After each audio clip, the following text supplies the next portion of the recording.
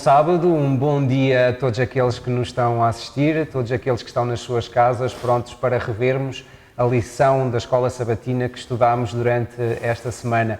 Este trimestre nós estamos a estudar o grande conflito e temos percebido que este é um grande conflito em termos cósmicos, mas que é também um conflito nas nossas decisões individuais, naquilo que nós decidimos a cada dia. Também estamos no centro deste conflito que existe. Hoje comigo eu tenho o Josafá, que me vai ajudar então na revisão da lição, e eu vou começar pelo nosso verso áureo que diz: seca-se a erva e caem as flores, mas a palavra do nosso Deus subsiste eternamente.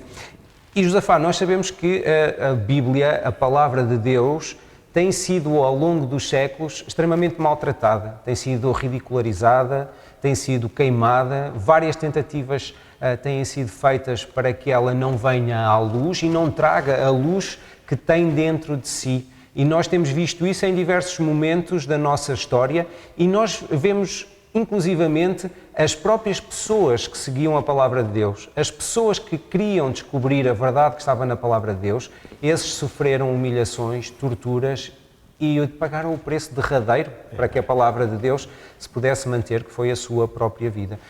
No entanto, e aqui é uma coisa engraçada que eu consegui ver, é que apesar desta opressão e desta perseguição, a palavra de Deus subsistiu. Não só subsistiu, aumentou, espalhou-se, e nós conseguimos ver através de algumas estatísticas engraçadas que eu fui buscar, que existem cerca de 5 a 7 bilhões de Bíblias impressas. Ou seja, a Sociedade Bíblica Inglesa e Estrangeira diz que existem cerca de 80 milhões de Bíblias impressas por ano. 80 milhões. É um número assombroso. Expressivo, né? O interessante disso tudo é que, apesar de tudo isso que você acabou de dizer, do descaso da humanidade e do ódio do diabo pelas Escrituras, porque não existe outra palavra para isso, Deus tem um carinho especial pela igreja e não deixou a igreja desprovida de recursos. Ou seja, ao longo da história, Deus criou mecanismos e criou pessoas e levantou homens e mulheres que tinham um carinho especial também pela palavra de Deus. E, querendo ou não, nós também somos parte desse povo. Sem dúvida. Eu seguro aqui na minha mão um exemplar da Bíblia, que eu carrego com carinho. E algumas pessoas têm coleções de moedas, outros colecionam coisas. Eu gosto de colecionar a Bíblia. Eu tenho Bíblias em várias versões e eu gosto de comparar os versos de uma para a outra. E nós vemos então que, apesar de tudo isso que você acabou de dizer, do ódio de Satanás contra a palavra de Deus, ela está aqui na minha mão hoje. E é fantástico. Eu agradeço a Deus imenso por isso. E é isso. fantástica a forma como, quer através da Inquisição, quer através de outros movimentos, nós vimos que a palavra de Deus sempre foi atacada e sempre sobreviveu. E não só sobreviveu, como trouxe luz, e nós vamos ver mais para a frente, que esta questão da luz é extremamente importante na palavra de Deus e ela é a luz para o nosso caminho, o próprio Salmo diz isso. Como é que ela conseguiu sempre mostrar o caminho ao homem? Isso é importante. O legal também dessa questão é que na semana passada nós vimos Policarpo. O Policarpo, quando foi levado para ser julgado, ele simplesmente vira para o tribunal e diz: vocês pensam que vocês estão lutando contra quem? Contra um velho? Contra um homem à beira da morte? Então, é a expressão que às vezes me faz permanecer nessa palavra, ou seja, a certeza de que essa palavra vai permanecer porque ela é a palavra de Deus e Deus é imutável. Muito bem. E esta semana nós vamos ver principalmente um movimento que surgiu, que foi bastante aceso contra aqueles que professavam as verdades bíblicas e contra a própria palavra de Deus, que foi a Revolução Francesa, e nós vamos ver.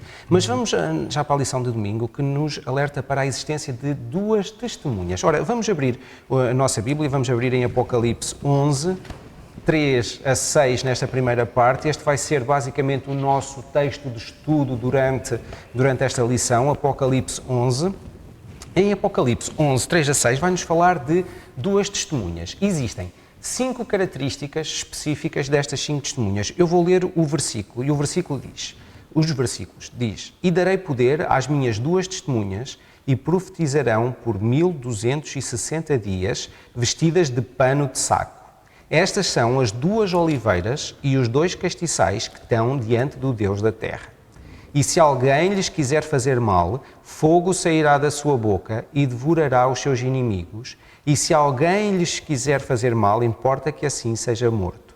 Estas têm poder para fechar o céu, para que não chova nos dias da sua profecia, e têm poder sobre as águas para convertê-las em sangue, e para ferir a terra com toda a sorte de pragas, quantas vezes quiserem.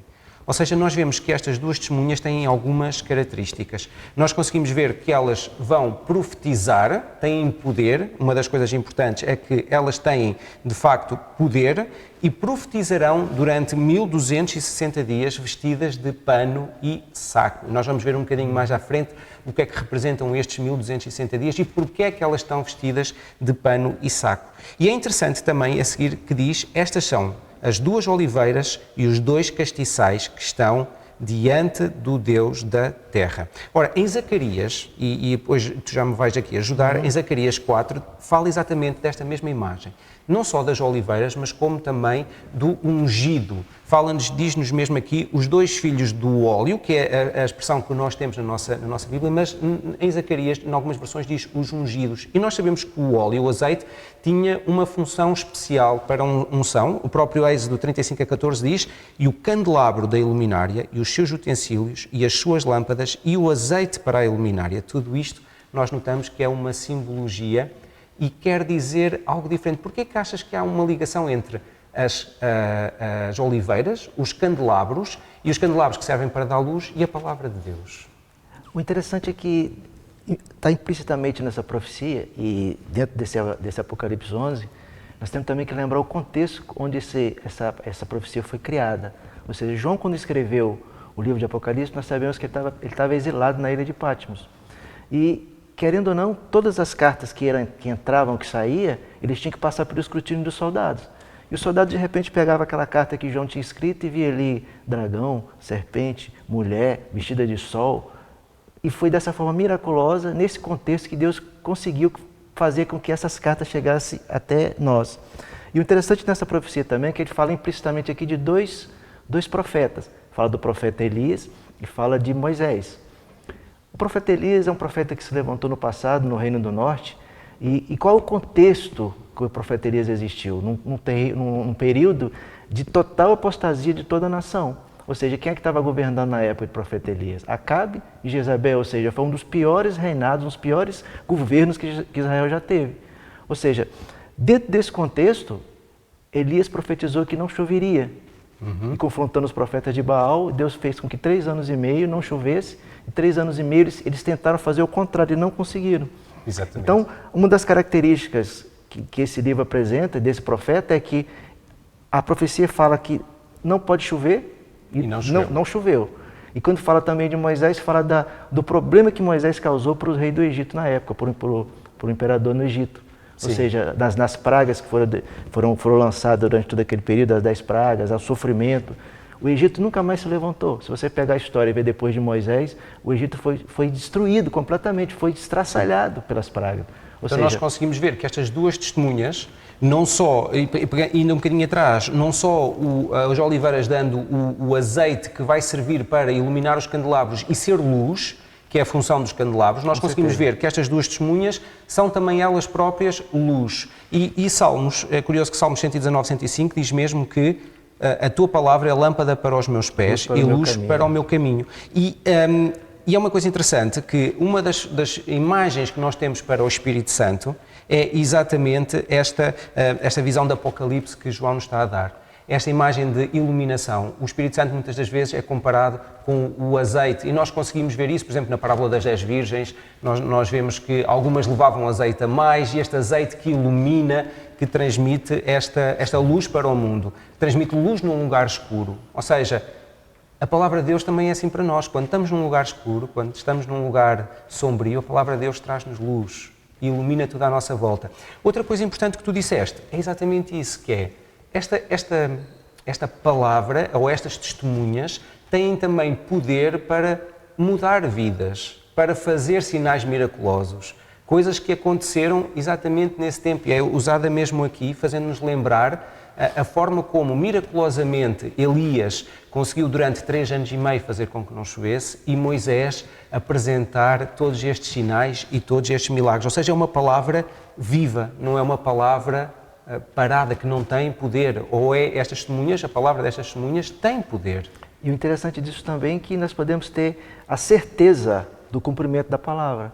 Ou seja, da mesma forma como a palavra ela foi perfeita, como ela foi exata, ela foi escrutinada no passado, nós também temos a mesma certeza de que Deus vai continuar na direção da igreja e da sua palavra também nos nossos dias. Continuando, diz-nos aqui uma coisa muito interessante, que diz que aqueles que procuram prejudicar as Escrituras serão consumidos pelo fogo que sai da boca deles. Deus diz mesmo: porquanto disseste tal palavra, eis que converterei as minhas palavras na tua boca em fogo e este povo em lenha, e eles serão consumidos. Mais do que esta linguagem forte, nós podemos dizer, é uma linguagem forte que diz que aqueles que se opuserem a ela deverão ser mortos. Nós podemos ver é que Deus jamais permitirá que algo se oponha à propagação da sua palavra. Jamais permitirá que algo se oponha a que as pessoas conheçam a sua palavra. Outra coisa interessante, Rui, também, é que existe a certeza na palavra de Deus de que nós estamos vivendo num mundo condenado à destruição. Ou seja, Deus nos dá a certeza de que esse mundo vai ser destruído, ou seja, já foi batido um martelo com relação ao destino da Terra. E quando diz aqui que as pessoas que se oporem à Bíblia serão destruídas, serão queimadas, já está falando de uma profecia futura que vai acontecer para todos aqueles que não aceitaram Jesus como seu Salvador pessoal. Ou seja, todas essas profecias ela têm uma aplicação própria nos nossos dias. E nós vimos os nossos dias se cumprindo. Às vezes eu converso com algumas pessoas e me pergunto, por que Deus escolheu para que eu tivesse nesse tempo? Ou seja, por que essa luz tão abrangente? O interessante é que, por mais que os reformadores do passado, que nós vamos ver aqui mais um pouco à frente, eles tiverem sido pessoas firmes e fiéis naquilo que eles apresentavam, mas eles não tinham essa luz na totalidade. Exatamente. Como o povo do Advento tem. Ou seja, o povo do Advento é aquele povo que veio de 1844 para cá, e a Igreja Adventista saiu dessa profecia, e nós hoje temos a certeza de toda essa iluminação. Ou seja, a certeza de que tudo isso vai realmente se cumprir. Se nós pegarmos então em todas estas características, ou seja, duas testemunhas que podem profetizar durante 1260 anos, que nós sabemos que seriam anos de turbulência, de tristeza, de algum lamento, porque elas estão vestidas de saco. Se formos para a questão dos candelabros, a questão das oliveiras, a luz que elas trazem ao mundo, a questão de elas poderem profetizar e fazer sinais miraculosos, como fizeram, miraculosos não só no geral, mas especialmente na vida das pessoas, estas duas testemunhas podem fazer milagres na vida das pessoas. Isso é interessante e nós temos visto isso acontecer. Com certeza. E uma energia contínua, né? Porque se eu tenho o candelabro, a necessidade do óleo, eu tenho também quem fornece o óleo, que é a oliveira. Exatamente. Ou seja, o abastecimento ininterrupto. Ou seja, todas estas características apontam-nos para nós podermos nomear estas duas testemunhas. Certo? Na tua perspectiva, há pessoas que podem dizer que esta passagem se refere especificamente a Moisés e a Elias, a dois tipos de adoradores, mas nós, enquanto Igreja Adventista, acreditamos que estas duas testemunhas são o quê? A palavra de Deus. A palavra de Deus. Com certeza. Ou seja, quer o velho... O antigo, velho não, o antigo, né? Sim. O Antigo e o Novo Testamento, porque as coisas de Deus nunca ficam velhas, né? Ou seja, todas estas características testificam de que verdadeiramente estas duas testemunhas se referem à totalidade das Escrituras, ao Antigo e ao Novo Testamento. Sim. As duas juntas testificam acerca de Deus, do amor que Deus tem e da certeza do seu plano da salvação. Mas vamos passar já para a lição de segunda. Nos períodos proféticos nós conseguimos ver, e se nós compararmos aquilo que a nossa lição nos diz para nós fazermos, compararmos diversas passagens onde estes períodos proféticos vêm descritos, e nós sabemos que são proféticos porque se referem ao futuro. Os períodos históricos são aqueles que já ficaram no passado. E quando nós temos tempos que são descritos no futuro, então nós sabemos que são descritos em termos de profecia. Então Apocalipse 11.3 diz: darei poder às minhas duas testemunhas e profetizarão por 1260 dias vestidas de pano de saco. Apocalipse 12.5 já diz: e deu à luz um filho varão que há de reger todas as nações com vara de ferro, e o seu filho foi-lhe arrebatado para Deus e para o seu trono, e a mulher fugiu para o deserto, onde já tinha um lugar preparado para que ali fosse alimentada durante 1260 anos. Por sua vez, Apocalipse 12, 14, 15 diz-nos, fala-nos exatamente da mesma quantidade de tempo, mas de uma forma diferente. E diz-nos, foram dadas à mulher duas grandes asas de águia para que voasse para o deserto, ao seu lugar, onde é sustentada por um tempo, tempos e metade de um tempo. E se formos a Daniel 7.25, ainda nos aparece uma maneira diferente de relatar este mesmo tempo. Diz, e proferirá palavras contra o Altíssimo e destruirá os santos do Altíssimo e cuidará em mudar os tempos e a lei. E eles serão entregues nas suas mãos por um tempo, tempos e metade de um tempo, ou também aparece noutras descrições 42 semanas, que são exatamente os mesmos períodos de tempo, que refere-se a 1260 dias, que na realidade nós sabemos que a correlação de dia-ano, em termos proféticos, é real, ou seja, se refere-se a 1260 anos. Então, se eu te fosse perguntar, porquê é que elas estão vestidas de saco durante estes 1260 anos? O que é que aconteceu para que estas duas testemunhas estivessem vestidas de saco, que significa lamentação, tristeza, turbulência, durante este período todo? Ora, nós temos que entender o que significa o saco, né? O pano de saco, o vestido de saco, os reis faziam no passado quando eles estavam sentindo tristeza ou vergonha, quando questão de arrependimento. Quando Deus mandou Jonas pregar em Nínive, o que o rei fez? Rasgou suas roupas, vestiu o pano de saco, jogou cinza na cabeça, ou seja, era um símbolo de arrependimento, um símbolo de humilhação para as pessoas na época. Então, quando esse símbolo vem agora para a nossa lição, nós entendemos o seguinte, que foi um período da história onde as duas profecias, onde as duas testemunhas, que nós agora já sabemos, que é o antigo, da palavra de Deus, ela foi humilhada, ela foi destruída, ela foi queimada, ela foi dilacerada, ela foi tirada da mão das pessoas, ou seja, para ter uma forma de controle sobre a população. E era uma forma que o diabo teve, que os reis do passado pagãos tiveram, de fazer com que as pessoas estivessem na mão deles, ou seja, o conhecimento ficava limitado. Exatamente. E foi isso que nós vamos ver mais para frente, né? E se nós formos definir em termos temporais, exatamente, nós temos o ano de 538 e o ano de 1798, que corresponde exatamente ao período de 1260 anos. Em 538, nós sabemos que Roma papal acaba por assumir o poder regente, acaba por assumir o poder legal. Foi quando Justiniano entregou na mão do Papa Vigílio o controle da igreja, ou seja, toda a igreja romana na época ficou sobre o domínio do Papa. Foi o período que nós conhecemos atualmente como supremacia papal, ou seja, os 1260 anos, eles são compreendidos justamente dentro desse período, de 538 a 1798. Então nós sabemos que a palavra de Deus nesse momento foi bastante perseguida, quer porque ela é substituída por tradições humanas, quer porque ela é deturpada e é substituída pela tradição, por aquilo que a Igreja Católica vigente na altura acaba por dizer que é a verdade e como ela deve ser processada. E nós sabemos que existem diferenças grandes relativamente à forma como a denominação católica vê a palavra de Deus e à forma como nós seguimos. E tudo isto nós conseguimos perceber que ela foi, então, como tu disseste, perseguida. A verdade, a luz que ela traz foi tentada ser diminuída. Interessante também que nós vimos em lições passadas que isso não foi uma mudança drástica. Isso foi uma coisa que surgiu gradativamente. Ou seja, durante estes 1260 século, a primeira adoração de imagens, os sacramentos, aquela coisa toda. Então foi tudo introduzido devagar. Se você recuar um pouco no tempo, no passado, você vai ver que quando o povo de Israel saiu do Egito, Rui, o que aconteceu? Não foi só o povo de Deus que saiu do Egito. Saíram outras pessoas também, que a Bíblia chama de populacho. E foi justamente essas pessoas que foram introduzidas dentro do povo de Deus que trouxeram um problema para Moisés, no deserto. E nós vemos exatamente o mesmo problema quando, a partir do primeiro século, a igreja se tornou, foi se perdendo. A igreja foi perdendo as características primordiais, as características primárias dessa pureza. Quando João, por exemplo, em Apocalipse, ele mostra que a mulher que foi para o deserto era uma mulher pura, que estava sendo perseguida pelo dragão, ou seja, a igreja sendo perseguida. Quando essa mulher volta, João se assusta. João já tinha visto o diabo muitas vezes, mas agora João se assusta por quê? Porque aquela mesma mulher pura era a mesma mulher que estava agora vestida de escarlata, vestida ordenada com joias, com todos aqueles maneira bem diferente. A mesma mulher, é como se pegasse, como se a mesma mulher minha entrasse para um shopping e trocasse de roupa, chegasse perto de mim, eu nem reconhecesse mais pelo tipo de roupa que ela está vestida. Foi exatamente isso que aconteceu com a igreja. Então, essa semana também a lição nos mostra o seguinte, que a introdução desses hábitos, a introdução desses costumes, a introdução dessa perversidade que foi entrando dentro da igreja, foi gradativa. Isso também deve nos ensinar alguma coisa, né? E teve um fim. Em 1798, nós sabemos que o que aconteceu foi que o general Berthier entra então em Roma, a mandado de Napoleão, e vai capturar o Papa que estava na altura no poder. Acaba por o capturar e então nós podemos ver aqui o final, por assim dizer, do poder que Roma papal teria sobre todo o mundo.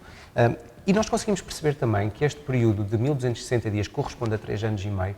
Também temos alguns períodos, já falaste de um, em que este período vem relatado. Por exemplo, Elias teve quanto tempo exatamente? 3 anos e meio. 3 anos e meio para que não chovesse. Um período extremamente agitado, um período de grande dificuldade para Elias também, em que ele sente mesmo próprio um conflito interno.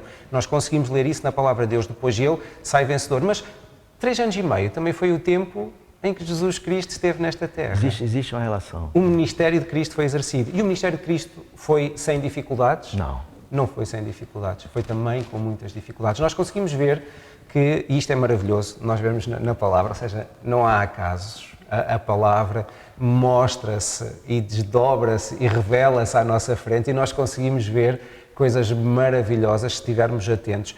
E estes 1260 anos foram de facto um período difícil, mas durante este tempo todo Deus nunca abandonou o seu povo e como tu já falaste, nós tivemos imensos exemplos, ou seja, nós estamos a falar de 538 a 1798, tivemos os valdenses, tivemos os movimentos de reforma, tivemos os reformadores todos. Os huguenotes na França. Exatamente, nós tivemos todos os momentos, desde Lutero, desde Hus, nós tivemos todos os reformadores que foram mantendo viva esta fé e esta certeza de que a palavra de Deus seria vitoriosa. No entanto, nós conseguimos perceber que, apesar deste período acabar, ainda assim a palavra de Deus teve ainda um ataque bastante grande, bastante acérrimo, um ataque que nós podemos dizer que já no final mesmo deste período existiu, que foi através da Revolução Francesa.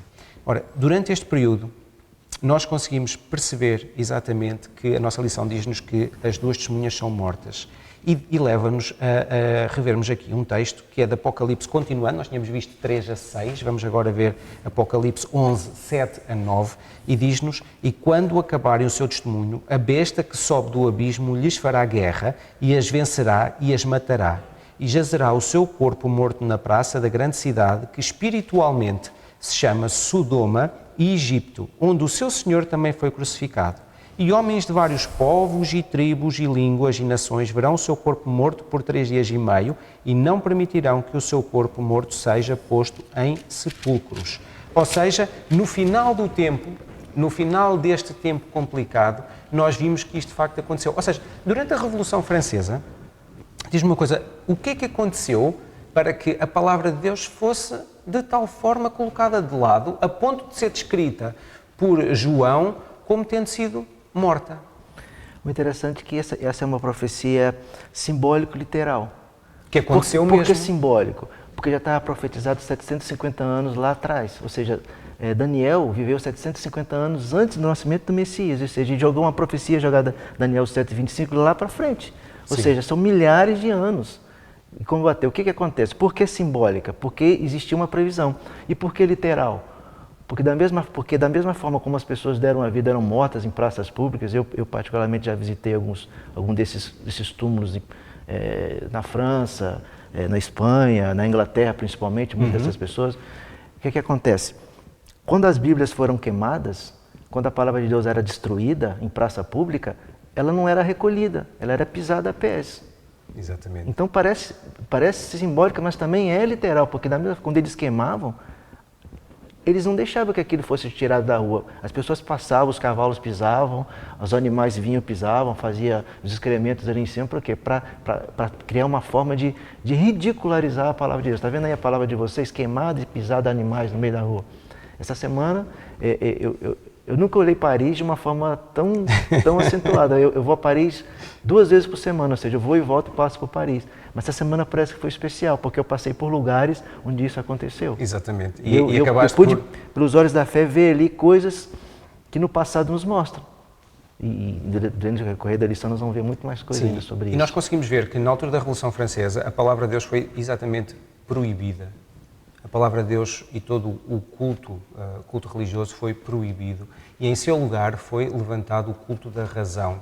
Ou seja, a partir daquele momento, especialmente em França, o culto da razão imperou. As igrejas acabaram muitas por fechar. No seu lugar foi colocado então templos da razão. Uma mulher é colocada e entronizada como a deusa da razão ou o Deus da razão. E nós conseguimos ver que este período este período que é dito, que nos é dito aqui exatamente por 3 dias e meio, que corresponde a 3 anos e meio, aconteceu de facto.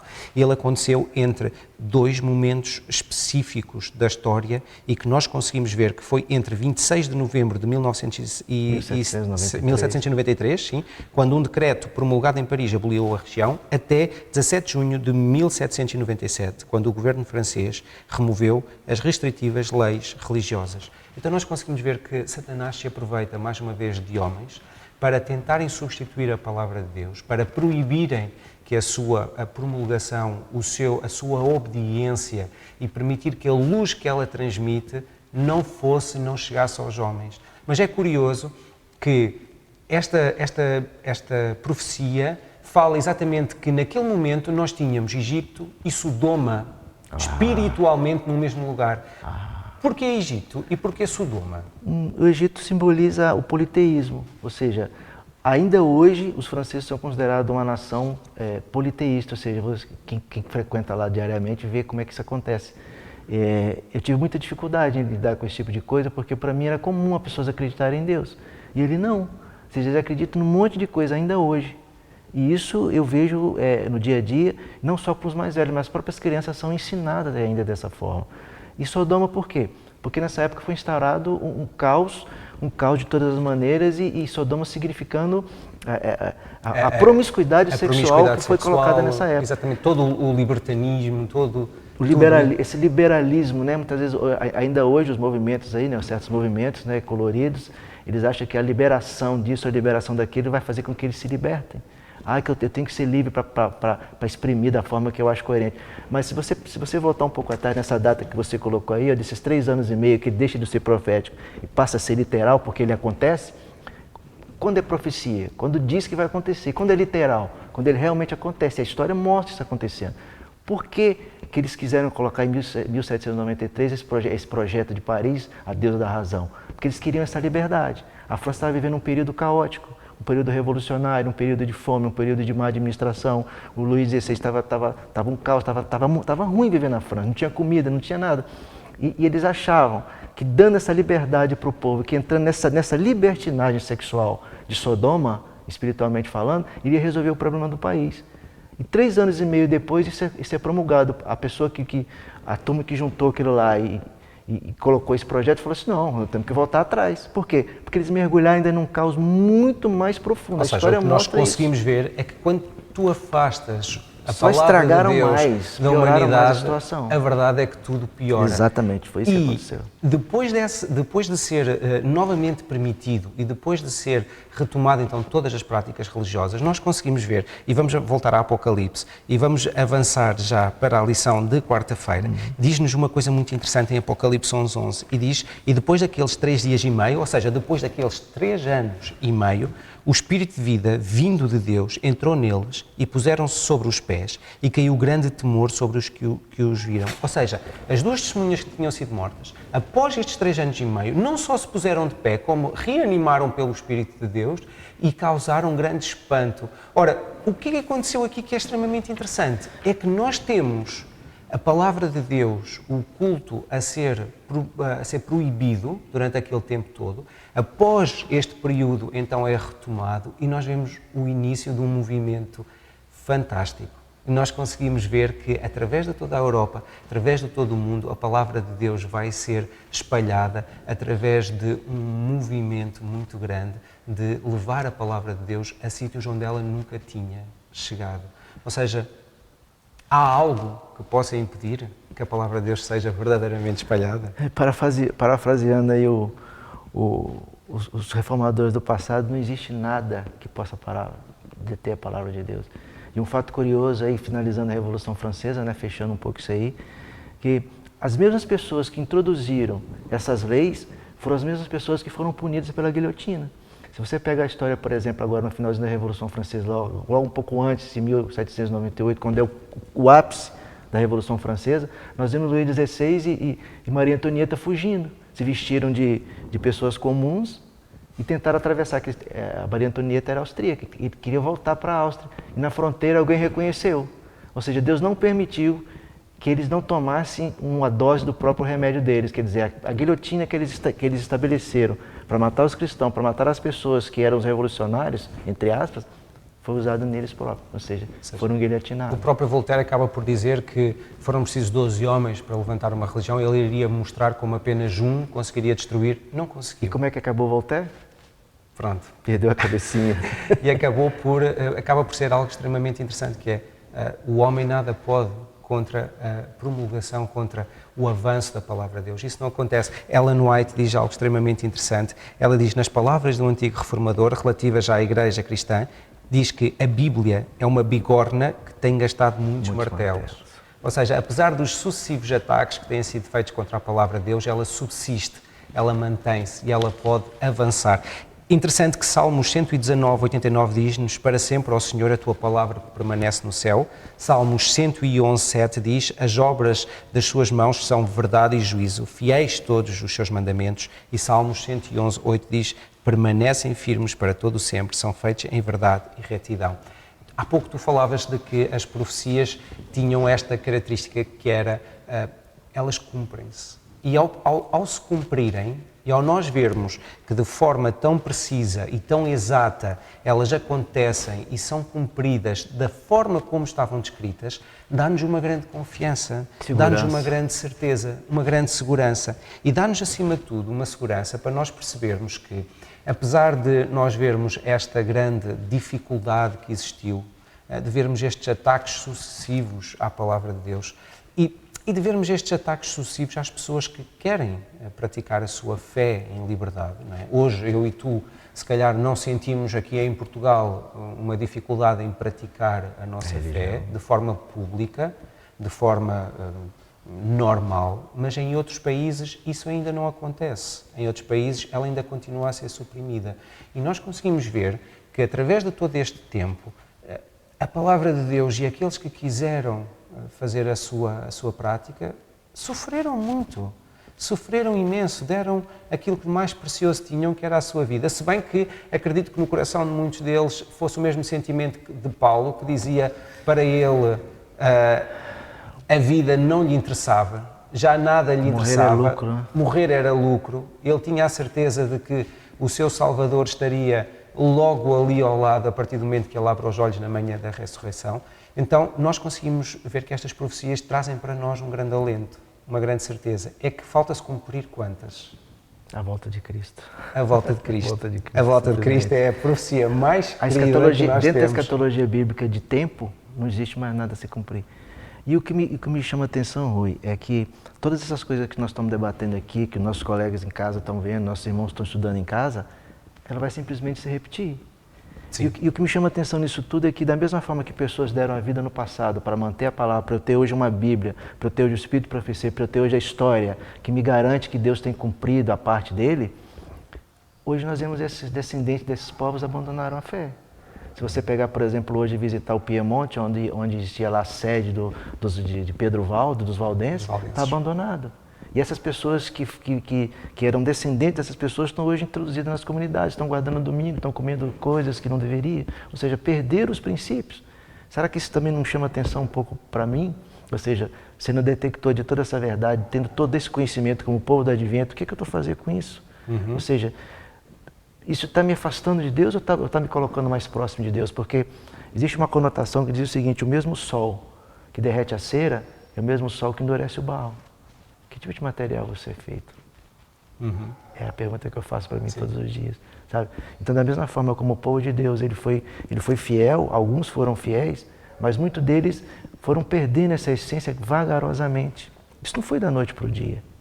Muitas vezes me chama a atenção porque, às vezes a gente pensa assim, poxa, fulano de tal saiu da igreja, mas isso aconteceu de repente? Não, ele foi saindo gradativamente, só que a gente não se deu conta. Isso pode acontecer com cada um de nós. Então, além de ser profético, é uma coisa que pode ser literal, independente de cumprir na minha vida. Ou seja, há duas características especiais que nós adotamos para nós enquanto denominação que é a de nos considerarmos, em primeiro, o povo remanescente. E o povo remanescente tem duas características muito importantes relativamente à Bíblia e ao espírito de profecia. Exatamente. Que diz que guarda os mandamentos guarda de os Deus, mandamentos tem o testemunho de e Jesus. tem o testemunho de Jesus. Através do estudo da palavra, nós conseguimos perceber que o testemunho de Jesus é o espírito de profecia. A palavra diz claramente, taxativa nessa questão. Tiago fala sobre e guardam isso. os mandamentos de Deus, ou seja, guardam toda Toda, a verdade que está, totalidade, né? toda a verdade que está E o escrita em termos interessante é que bíblicos. foi essa introdução e essa volta ao estudo da palavra de Deus é que fizeram com que eles fossem mártires. Porque se Jesus no passado tivesse se enquadrado dentro do contexto filosófico da época, Jesus não teria sido morto. Paulo não teria sido decapitado, Tiago não teria sido mártir, Estevão não teria sido apedrejado. Então percebe que ao longo das eras, as pessoas deram a vida pela verdade. E era uma verdade bíblica. Ou seja, qual é o padrão e a regra de fé de um cristão? É a palavra de Deus. E o Espírito de Profecia, Ellen White, também nossa irmã Ellen White, ela falava o seguinte: apenas a Bíblia. Apenas a Bíblia. Se você pegar todo o Espírito de Profecia e colocar de lado e manter só na Bíblia, você vai ter a luz maior, você vai ter a mesma verdade. Ou seja, então, o importante disso tudo, irmão, é que não é a quantidade de verdades que eu detenho, mas o que eu faço com ela. Sim. Ou seja, não interessa a informação que a palavra traz, interessa a transformação que tu tens através da leitura. Aquilo que eu faço com a luz que eu recebo. Exatamente. Porque o Espírito de Profecia, ele é claro. Deus não vai te dar uma luz maior enquanto você não colocar em prática a luz que você já tem. Se você pegar, por exemplo, a história de Lutero e vai ver pela íntegra, você vai perceber que Lutero morreu comendo carne de porco. Por quê? Porque ele não tinha a verdade como um todo, mas aquela verdade que ele tinha, ele aplicou na vida dele. Isso foi suficiente para... Então, a palavra de Deus tem este poder e nós conseguimos ver através, e recapitulando e terminando a lição de quarta-feira, que este poder que a palavra de Deus tem conseguiu transformar um período extremamente agressivo num período e num movimento evangelístico que teve repercussões a nível mundial. E então, como tu dizias, falta-nos cumprir uma profecia e essa é a verdade triunfante que nos fala a lição de quinta-feira. E a lição de quinta-feira vai-nos levar a Apocalipse e vai-nos levar aos versículos 15 e 18, que diz: E tocou o sétimo anjo a trombeta, e houve no céu grandes vozes que diziam: Os reinos do mundo vieram a ser do nosso Senhor e do seu Cristo, e Ele reinará para todo o sempre. E os 24 anciãos que estão assentados em seu trono, diante de Deus, prostraram sobre o rosto e adoraram a Deus, dizendo: Graças te damos, Senhor Deus Todo-Poderoso, que és e que eras e que hás de vir, que tomaste o teu grande poder e reinaste. E iraram-se as nações e veio a tua ira e o tempo dos mortos para que sejam julgados e o tempo de dar o galardão aos profetas, teus servos e aos santos e aos que temem o teu nome, a pequenos e a grandes, e o tempo de destruires os que destroem a terra. Então nós estamos verdadeiramente no culminar da história desta terra e nós conseguimos ver que, apesar de todos os ataques do inimigo, apesar de tudo o que Satanás possa fazer para que a palavra de Deus não seja proclamada, Deus voltará e dará àqueles que o seguem e àqueles que procuram colocar a sua vida e o seu caráter de acordo com aquilo que Jesus é. Em harmonia com os princípios de Deus. Em harmonia com os princípios de Deus, dar-lhes a vida eterna. E é interessante pensarmos que nós estamos no último livro da Bíblia, mas já tinha sido predito no primeiro livro da Bíblia, isto mesmo, em Gênesis 3, 14 e 15 diz: Então o Senhor Deus disse à serpente, e estamos a falar da altura da queda, estamos a falar da altura em que Deus vem até à presença diariamente, diariamente, uma coisa fantástica que nós não fazemos ideia do que iremos fazer um dia, mas que naquele momento eles tinham este privilégio. Deus ia na viragem do dia ter sempre com Adão e com Eva e ia conversar com eles, e após eles terem pecado, ele pergunta-lhes: onde é que vocês estão? Eles estavam escondidos, então ele vai perceber que eles pecaram, que eles lhe desobedeceram, mas o seu grande amor, que é uma das características que ele tem, mas também a sua justiça, e nós vamos ver aqui neste versículo, quer o amor, quer a justiça de Deus, não permite que o homem caia para sempre em perdição. E diz-nos então em Gênesis 3, em Gênesis 3, peço desculpa, 14 e 15, diz: Então o Senhor Deus disse à serpente: Porquanto fizeste isto, maldita serás mais que toda a fera e mais que todos os animais do campo. Sobre o teu ventre andarás e pó comerás todos os dias da tua vida. E sabemos que esta cobra, esta serpente, era Satanás. E diz então: porém inimizade entre ti e a mulher, e entre a tua semente e a sua semente. Esta te ferirá a cabeça e tu lhe ferirás o calcanhar. Ou Ou seja, Satanás sabia desde aquele momento que era um inimigo. Ele estava derrotado. Que era um inimigo derrotado, que era um inimigo vencido. Então nós sabemos que ele usou todos estes períodos de tempo, todas estas tentativas, mais aquelas que virão, para tentar afastar o verdadeiro e tentar afetar o povo de Deus, aqueles que de todas as denominações, aqueles que de todos os países deste mundo, de todas as terras, de todas as nações, todos aqueles que querem verdadeiramente seguir a Jesus. Ele quer ainda continuar a afetá-los. Então nós conseguimos perceber que Deus tem este plano maravilhoso. E vimos isso pela verdade que a palavra nos traz. Portanto, como é que tu vês ou como é que tu sentes que a palavra de Deus te permite manter firme e forte esta mesma verdade e esta mesma certeza de que a verdade triunfará e de que Deus voltará? A semana passada eu estava tendo uma consulta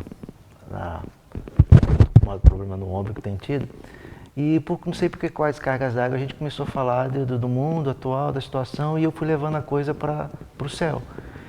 E no final daquela explanação, a moça que estava me atendendo falou assim, eu quero entender mais sobre isso.